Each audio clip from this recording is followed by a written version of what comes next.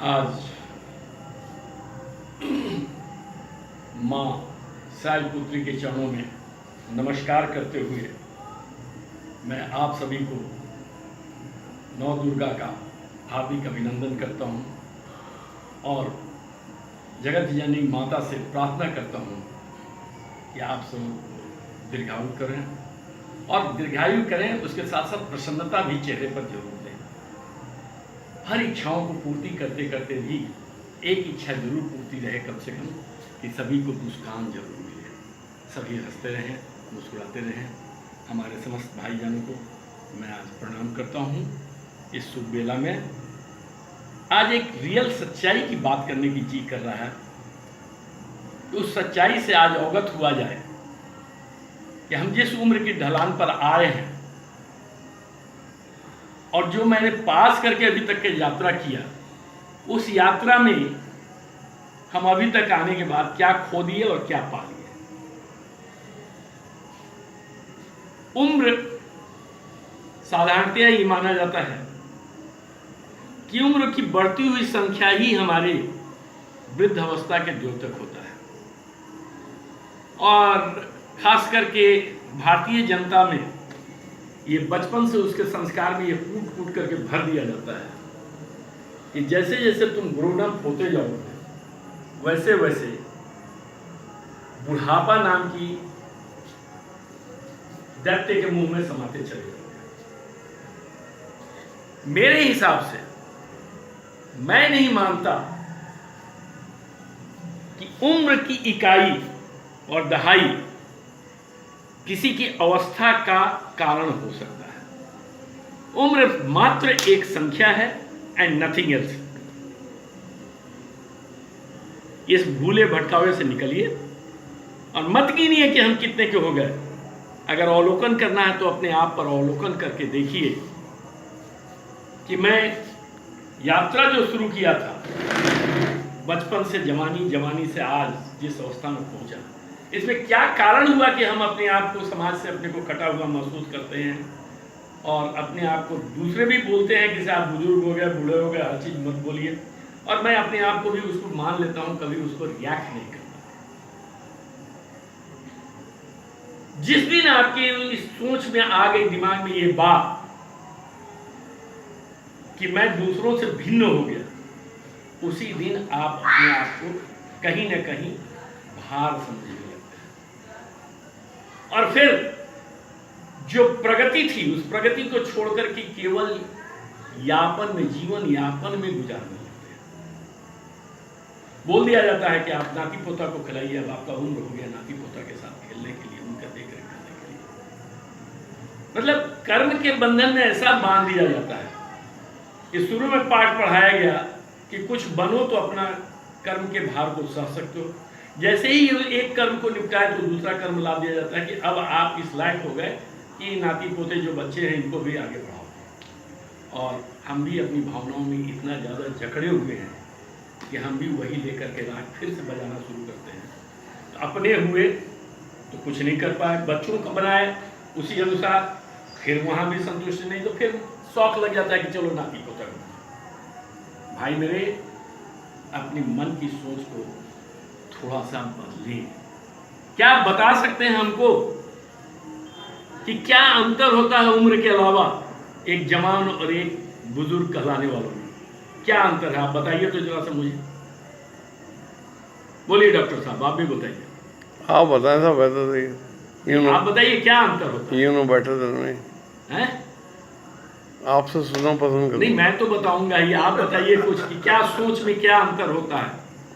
Sir मैं तो कभी अपने आप को बूढ़ा समझते नहीं हूँ। मैं तो अभी 25 साल का हूँ। Very good, very good, very good, अच्छी बात है।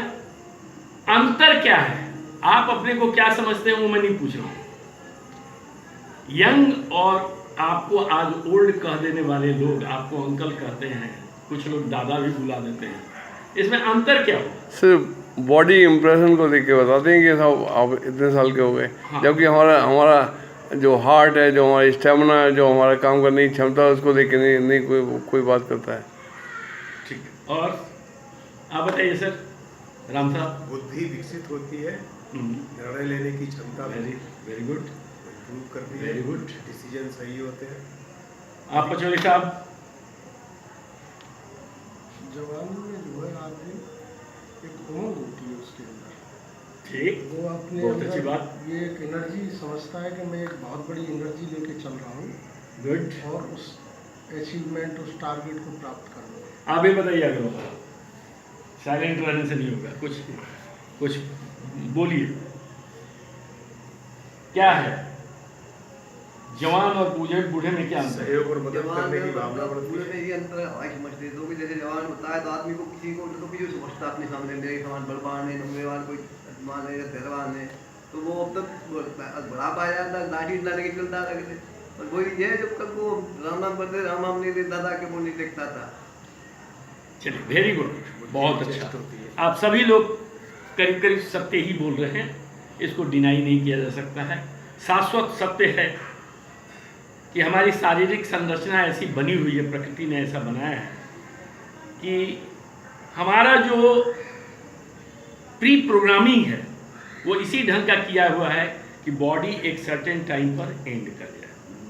लेकिन ज़्यादातर हम शरीर से बूढ़े नहीं होते हैं, हम बूढ़े होते हैं मन से, सोच से। सोच क्या अंतर है? एक जवान हमेशा सोचता है पॉसिबिलिटी में, ऑप्टिमिस्टिक होता है। यंग एज जो होता है वो ऑप्टिमिस्टिक होता है, आशावादी। हमेशा सोचता है कि कल कुछ होगा, कल मैं कुछ बनूंगा, कल मैं कुछ पा जाऊंगा। और बुढ़ापा क्या है? जहां ये सोच घर कर जाए कि कल अच्छे दिन थे, अब कुछ नहीं होगा, जो कुछ होना था हो चुका, कुछ नहीं होता। 2 रुपये किलो चावल मिलता था, 1 रुपये केजी हम घी खा चुके हैं। ये सब पुरानी बातें केवल करना, आगे की सोच में वो केवल एक ही जवाब जानते हैं, कुछ नहीं होगा। कभी कभी तो ऐसा भी समझ में आता है कि कहिए गुड मॉर्निंग, तो उनकी मुंडी ऐसे नहीं हिलेगी, उनकी मुंडी ऐसे ही हिलेगी जैसे कि गुड मॉर्निंग भी नहीं होगा। तो ये सारी सोच की अंतर है कि जहां आप सोच में बदलाव लाने लगते हैं उसी दिन से आप बूढ़ा होना शुरू हो जाते हैं। तो एक जवान जो है ऑप्टिमिस्टिक होता है और एक जो सोच के अनुसार बूढ़ा हो रहा है वो पेसिमिस्टिक होता है। जवान कहता है ये हो जाएगा, अब बूढ़ा कहता है ये नहीं, ये नहीं होगा, संभव नहीं है। अब जैसे मान लीजिए कि मोदी जी ने कहा सफाई का अभियान, लोगों ने क्या कहा, जो बुजुर्ग लोग थे पॉलिटिशियन, क्या कहा, ये हो ही नहीं सकता। अरे भैया, मोदी जी को जितना गाली देना है दे लो, और चीज में हो सकता है कि नहीं हो सकता। अरे सफाई में क्या गाली दे रहे हो? सफाई तो कहीं से शुरू करना है, आप अपने आप से शुरू कीजिए, अपने घर से शुरू कीजिए। ये क्यों नहीं होगा? तो ये क्यों होता है? एक स्टेट के लोग हैं, पर्टिकुलर स्टेट, में नाम नहीं लूँगा क्योंकि सार्वजनिक मंच से किसी पर्टिकुलर स्टेट को बोलना बड़ा गड़बड़ है, लेकिन मैं बात करूँगा तो आप लोग समझ में आ जाएगा। वो कहता क्या है, कुछ नहीं होगा, किसी का भला नहीं होगा, हमको मार लिया तो मार लिया, जरा सा हमारे बगल वाले को मार के देख तो, मैं तुम्हारा भी ये कर दूंगा। अब उसमें क्या है, उसको भी पिटवा देता है। जब उसको मार देता है वो आदमी तो कहता है कि अच्छा मैं घर जाता हूँ, आकर के तुम हमारे बाबूजी को मार के देखो। वो आता है दूध हाथ इनके बाबूजी को भी लगाता है, फिर कहता है हम इसको तो भी मार लिया, मेरी बीवी को मार के दिखाओ, एक हाथ उसको भी खींच देता है। फिर बाथरूम में भागे जा चिल्लाता है, कहता बाबा आप छोड़ दो। वो चला जाता है तो कहता है सबको बाहर निकल करके, देखा ना तुम सब मार खा गया, कोई किसी को भूलेगा नहीं, तो हमारी बेइज्जती बाहर नहीं होगी। एक ऐसे भी सोच वाले लोग होते हैं। दूसरे होते हैं, कहते हैं कि ये होगा ही नहीं कार्य, हमारे देश का कभी भला नहीं होगा। अगर देश का भला हो भी जाए तो कहेंगे कि मेरे स्टेट का भला नहीं हो सकता। अगर स्टेट का भला हो जाए तो कहेंगे मेरे सिटी का भला नहीं हो सकता। अब अगर सिटी का भी भला हो जाए तो कहेंगे मेरे घर का भला नहीं हो सकता है। अगर खुदा न खास्ते उनके घर का भी भला हो गया तो कहेंगे कि मैं गारंटी देता हूँ साला मेरा कभी कुछ नहीं हो। मेरा कभी किसी होना। तो कुछ लोग इस टाइप के भी पेसिमिस्टिक होते हैं जो मानने के लिए कतई तैयार नहीं होते हैं, तर्क पर तर्क देते जाते हैं कि ये नहीं हो।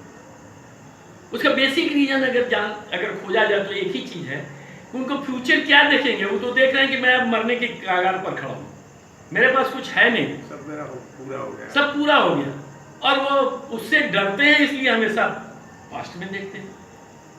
लेकिन एक बच्चा, एक नौजवान हमेशा फ्यूचर की कड़ी को देखता है और वो वहीं से कहता है my best is yet to come, my best is yet to come. वहां से ये नारा लगाता है। वो कभी नहीं कहता है कि मैंने शेर मारा था, कभी नहीं कहता है कि फलाना चीज किया था। मैं जो करने वाला हूं अब सबके समक्ष आने वाला है, यथार्थ में दिखाई देगा। इसलिए उसमें जीने की तमन्ना है, आगे बढ़ने की होड़ है, इसलिए उसके अंदर शक्ति भी संचार कर रही है। उसके ब्लड में गति है, उसके ब्लड में ऊर्जा है, क्योंकि जब तक गति है तभी तक ऊर्जा है। जिस दिन गति शांत हुई उस दिन ऊर्जा खत्म हो जाएगी, और जब ऊर्जा कम हो जाएगी तो हम साधारणतः पेसिमिस्टिक हो जाएंगे। तो हमको एक दिन और इस पर चर्चा हुई थी, my best is yet to come, my best is yet to come. तो अब बताइए हम लोग को क्या सोचना चाहिए। मेरे अच्छे दिन थे, बीत गए, या मेरे अच्छे दिन आने वाले हैं। तो हमें क्या कहना चाहिए? हमें हमेशा याद रखना चाहिए, हमेशा रखना चाहिए कि मेरे अच्छे दिन आने वाले हैं, अभी और अच्छे दिन आने वाले हैं। तो इससे क्या होगा कि मेरी एक गति बनी रहेगी, और उस गति के चलते ऊर्जा भी हमारे साथ रहेगा। और जब ऊर्जा है तो फिर कहीं शरीर ढलने का सवाल ही नहीं उठता है। कि जब तक ऊर्जावान हैं, जब तक आप शक्तिशाली हैं, जब तक आप गतिशील हैं, तब तक आप जवान हैं। और कतई न सोचें कि बीता हुआ दिन अच्छा था। अगर बीता हुआ दिन अच्छा था तो जरा उस बच्चे से पूछिए कि क्या तुम्हारा अच्छा दिन है, गोल्डन डेज चल रहा है क्या? तू कहेगा जाओ ना तुम ही यार स्कूल चले जाओ, हमको छोड़ दो, हमको ले जाने से क्या फायदा, तो गोल्डन डेज है तो तुम ही बिता लो ये गोल्डन डेज। सवाल ये नहीं है, गोल्डन डेज जो दिखाई दे रहा है वो सिर्फ इसलिए दिखाई दे रहा है कि आप अपने को मेंटली ब्लॉक कर दिए हैं। ब्लॉकेडनेस को हटाइए, क्लियर रास्ता आपको दिखाई देगा।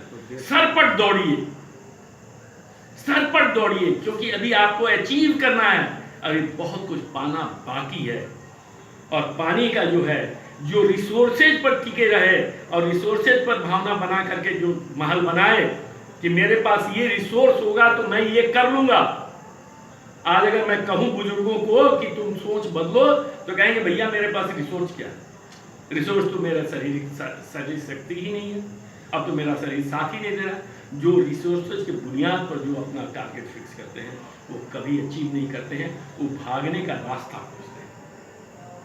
आगे बढ़िए, सोच को दुरुस्त कीजिए, रिसोर्स आपके साथ रहेगा। और केवल एक मंत्र है, my best is yet to come, my best is yet to come. Thank you, thank you very